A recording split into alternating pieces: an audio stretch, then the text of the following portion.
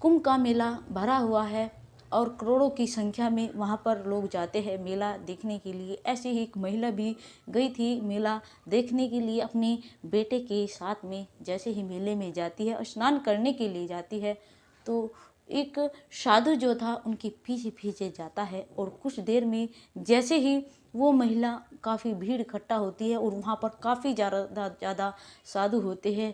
मौका देखकर वो उसका बेटा उठा लेता है। जैसे ही उस महिला की नज़र उस साधु पर पड़ती है, देखती है कि मेरा बेटा उठा कर ले गया, तो वो ज़ोर से चिल्लाती है और रोने लगती है और पीछे पीछे उस साधु के पीछे जाने लगती है। वो अपने तंबू में ले जाकर उस बेटे को, उस लड़के को ले जाकर बैठ जाता है। जैसे ही वो महिला भी जाती है उस तंबू में जाकर, वो एकदम उसके बेटे को तो छोड़ देता है और उस महिला की गोली भर लेता है। दोस्तों उसे बाहों में जकड़ लेता है। वो एक नागा साधु था दोस्तों। वो ऐसा काम कर देता है उस महिला के साथ में जिसकी आप कल्पना भी नहीं कर सकते। दोस्तों कहानी बहुत ही ज़्यादा इंटरेस्ट है, प्लीज़ वीडियो को एंड तक जरूर देखिएगा। दोस्तों ये एक ऐसी कहानी है जिसे आप सुनकर आपका दिल दे जाएगा कि एक नागा साधु किसी महिला के साथ में ऐसा काम कर सकता है। नमस्कार दोस्तों, पहली बात तो आपको महाकुंभ मेले की शुभकामनाएं, ढेर सारी को शुभकामनाएं। दोस्तों ये एक महाकुंभ मेले की ही कहानी है जहां पर एक सरिता नाम की महिला अपने बेटे के साथ में मेला देखने के लिए जाती है और जैसे ही मेले में जाती है करोड़ों की संख्या में वहाँ पर भीड़ इकट्ठा थी और जैसे ही वो साधु के पास से गुजरती है, जैसे दोस्तों एक साधु था जो कि जब वो काफ़ी देर से उस महिला के ऊपर नज़र रख रहा था, लेकिन जैसे ही वो साधु की भीड़ में को निकलती है तो जो वो साधु था वो पहले तो उस महिला का रास्ता रोकता है, उसे आगे जाने नहीं देता है। फिर वो महिला कहती है कि हमें जाने दो बाबा, हमें मेला देखना है, हमने आपका क्या बिगाड़ा है। उधर जो वो साधु था पहले काफ़ी देर तक उसका रास्ता रोकता है, फिर सोचता है शायद ये मुझे नहीं पहचाने, लेकिन वो जो साधु था, वो नागा साधु था, वो उस महिला को जान पहचानता था, अच्छी तरह से जानता था। लेकिन वो महिला शायद उससे पहले कभी मिली भी नहीं थी, इसलिए वो उसे पहचान नहीं रही थी। वो तभी उसके बेटे को उठाता है और अपने जहाँ पर उसने तंबू लगा रखा था वहाँ पर लेकर चला जाता है।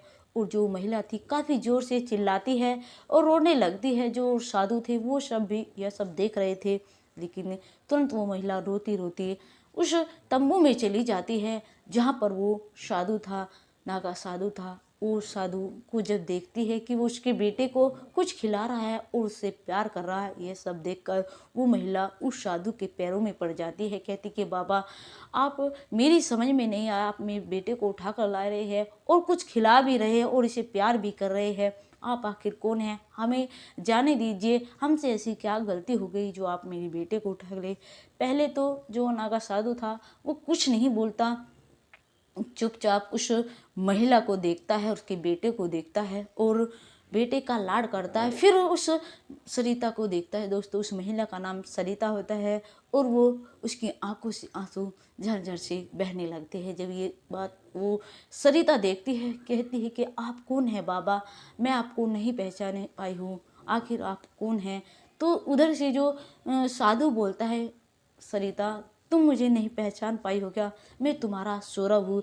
जैसे ही यह बात वो सरिता सुनती है, सरिता देवी सुनती है, तो वो रोने लगती है। उस साधु की कोली भरकर तेज तेज से रोने लगती है। जैसे यह सब मतलब जो पास में साधु थे उन्हें भी आवाज़ जाती है, सोचते पता नहीं तंबू के अंदर क्या हो रहा है। तो सब वहाँ पर इकट्ठा हो जाते, काफ़ी भीड़ हो जाती है और लोग भी आ जाते हैं और एक पुलिस वाला भी आ जाता है। वो कहता है उसे, क्या हुआ है मैडम, क्या इस साधु ने तुम्हें कुछ कहा है, तुम्हें छेड़ा है। तो वो कहते नहीं, इन्होंने मुझे कुछ नहीं कहा है, दरअसल में 10 साल पहले ये हमसे बिछड़ गए थे, ये मेरे पति है और अब मिले हैं और ये इनका बेटा है। दोस्तों दरअसल में वो साधु, उसका पति कैसे था हम आपको बताते हैं विस्तार से ये कहानी। दोस्तों जो ये लड़का है सौरभ, ये कॉलेज में पढ़ा करता था, सरिता भी कॉलेज में पढ़ती थी, दोनों बहुत ज़्यादा होशियार थे। दोनों की जैसे जैसे आगे बढ़ रहे थे, क्लास बढ़ रही थी, तो दोनों को धीरे धीरे आपस में प्रेम भी हो रहा था। जब दोनों की पढ़ाई कंप्लीट हो जाती है तो फिर जो सौरभ था वो अपने माता पिता को बताता है कि मैं एक सरिता नाम की लड़की से प्रेम करता हूँ, उससे शादी करना चाहता हूँ। फिर उसके माता पिता सरिता के घर जाते हैं और सरिता को देखते हैं और उन्हें सरिता के माता पिता को बताते कि दोनों बच्चे आपस में एक दूसरे को पसंद करते हैं और शादी करना चाहते हैं। दोनों जो उसकी सरिता के माता पिता थे सौरभ को देखते हैं। सौरभ भी बहुत अच्छा लड़का था और उनका काम भी अच्छा था और एक अमीर घर से थे दोनों ही। सरिता भी कुछ कम नहीं थी और सौरभ भी कुछ कम नहीं था, इसलिए दोनों की राजाबंदी से दोनों के घर वाले भी मान जाते और धूमधाम से, बड़े ही धूमधाम से दोनों की शादी होती है। दोस्तों दोनों की गृहस्थी अच्छी चल रही थी, बहुत ज़्यादा खुश थे, लेकिन कुछ ही समय होता है दोनों की शादी को। जो मतलब सौरभ था उसकी संगत बदलने लगती है, वो साधुओं के साथ में बैठने लगता है। फिर उसे ऐसा लगता है कि शायद ईश्वर का नाम लेना ही सब कुछ है, ये गृहस्थी कुछ भी नहीं है। फिर वो जैसे साधु करते थे, नशा करते थे, तो वो भी मतलब गांजा उंजा खाते थे, वो भी ये सब करने लगता है। लेकिन उसकी पत्नी जब ये सब देखती है, वो अपने पति को समझाती कि ये सब ठीक नहीं है, इन सब को तुम छोड़ दो। लेकिन फिर सोचती है अगर ईश्वर का नाम ले रहा है, ईश्वर की भक्ति कर रहा है, तो उसमें कोई गलत भी नहीं है। उसे मतलब इतना ज़्यादा कुछ कहती भी नहीं थी, लेकिन जो सौरभ था इतने ज़्यादा लीन हो जाता है साधु के साथ में कि वो कभी कभी तो 1 महीने तक अपने घर पर भी नहीं आता था।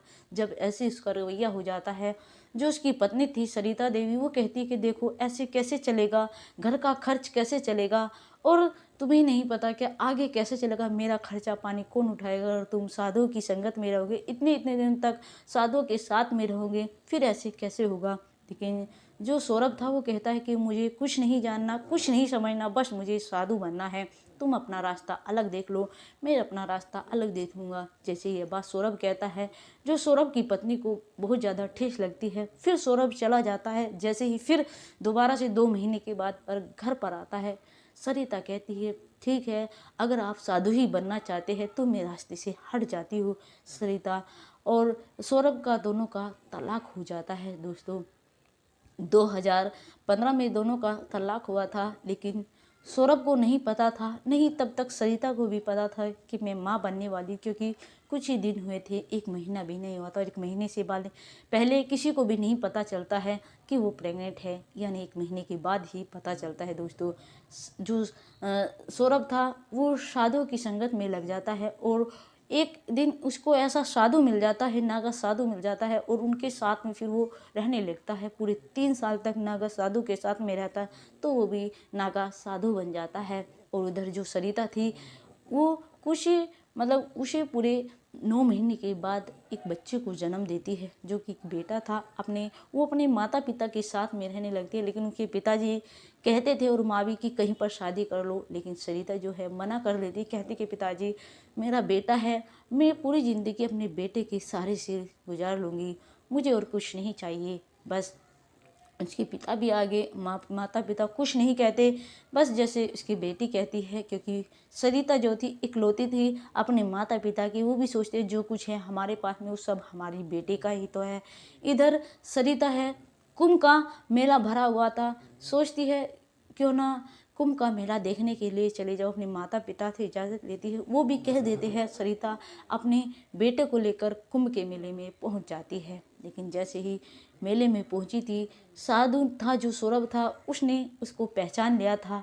दोस्तों उसको पूरे 10 साल हो चुके थे नागा साधु होते हुए, लेकिन सरिता को तो उसने पहचान लिया था, इसलिए वो उसके बेटे को उठाकर अपने तंबू में लेकर चला गया था और सरिता को सब कुछ सच्चाई बता दी थी। दोस्तों फिर सरिता अपने बेटे को लेती है और कहती है आप तो नागा साधु बन चुके हैं, मैं चलती हूँ अपने बेटे को लेकर। लेकिन तभी जो साधु है वो कहता है ये बच्चा किसका है, क्या ये बेटा मेरा है। तो सरिता कहती है कि हाँ ये आप ही का बेटा है, आप इसके पिता हो, और हाँ मुझे भी नहीं पता था जिस वक्त हमारा तलाक हुआ था कि ये मेरे गर्भ में है। और इधर जो साधु था वो सरिता को कहता है, आंखों से आंसू टपकते हैं, कहते हैं कि देखो मैंने बहुत लोग देखे हैं, बहुत साधु संगत देखे हैं, लेकिन मुझे बहुत सीख मिली है एक साधु मिलकर। क्योंकि परिवार से बढ़कर कुछ भी नहीं है। जिसने अपने परिवार को खुश कर कर रखा, कभी कोई दुखी नहीं दिया, हर चीज़ की पूर्ति रखी, उससे बड़ा तो साधु हो ही नहीं सकता। मैंने बहुत बड़ी गलती की है दोस्तों, लेकिन मैं साधु भी बन चुका हूँ। सरिता, क्यों ना हम अपने गांव जाकर रहने लगते हैं अपने बेटे के साथ में। मैं वहीं पर एक धुनी लगाऊंगा और वहीं पर नागा साधु का मतलब ईश्वर का नाम जपा करूंगा और हम बड़ी खुशी से रहेंगे। तुम भी मेरे साथ में रहना, हमारा बेटा भी हमारे साथ में रहेगा। इधर सरिता अपने जो सौरभ था उसको कहती कि देखो तुम साधु तो बन चुके हो, लेकिन उसके बाद में तुम्हें नहीं पता मैं अपने पिता के घर पर जाकर रहने लगी थी और अब मैं उनकी इजाज़त के बगैर एक कदम भी नहीं उठा सकती हो। जैसा वो मुझे बोलेंगे वैसा ही मैं करूँगी पहले। और हाँ, फिर तुरंत ही सौरभ कहता क्या तुमने शादी कर ली है? वो मना करती है नहीं, मैंने शादी नहीं की है। एक वो जो सौरभ से कहती है कि आप मुझे अपना नंबर दे दीजिए और मेरा नंबर ले लीजिए आप, अगर जैसा मेरे माता पिता कहेंगे मैं आपको फ़ोन पर बता दूंगी। और हाँ, एक बात समझ लो कि वैसे तो मेरे माता पिता मना नहीं करेंगे, लेकिन फिर भी मैं उनकी इजाज़त के बगैर कुछ नहीं करूँगी दोस्तों। आपको इस और वो सरिता अपने बेटे को लेकर चली जाती है अपने पिता के घर पर। बन चुका था, क्या नागा साधु बनने के बाद में कोई गृहस्थी बसा सकता है? दोस्तों प्लीज़ कमेंट में ज़रूर बताइएगा। अगर हमें आप, क्योंकि उसने अपनी गृहस्थी बताने की कोशिश की है, शायद बस भी जाएगी। दोस्तों अगर हमारी ये कहानी आपको अच्छी लगे तो प्लीज़ चैनल को लाइक और सब्सक्राइब जरूर कर दीजिएगा। और आप हमारी ये कहानी कहाँ से दिख रहे हैं वीडियो में, कमेंट में ज़रूर लिखकर बताइएगा दोस्तों।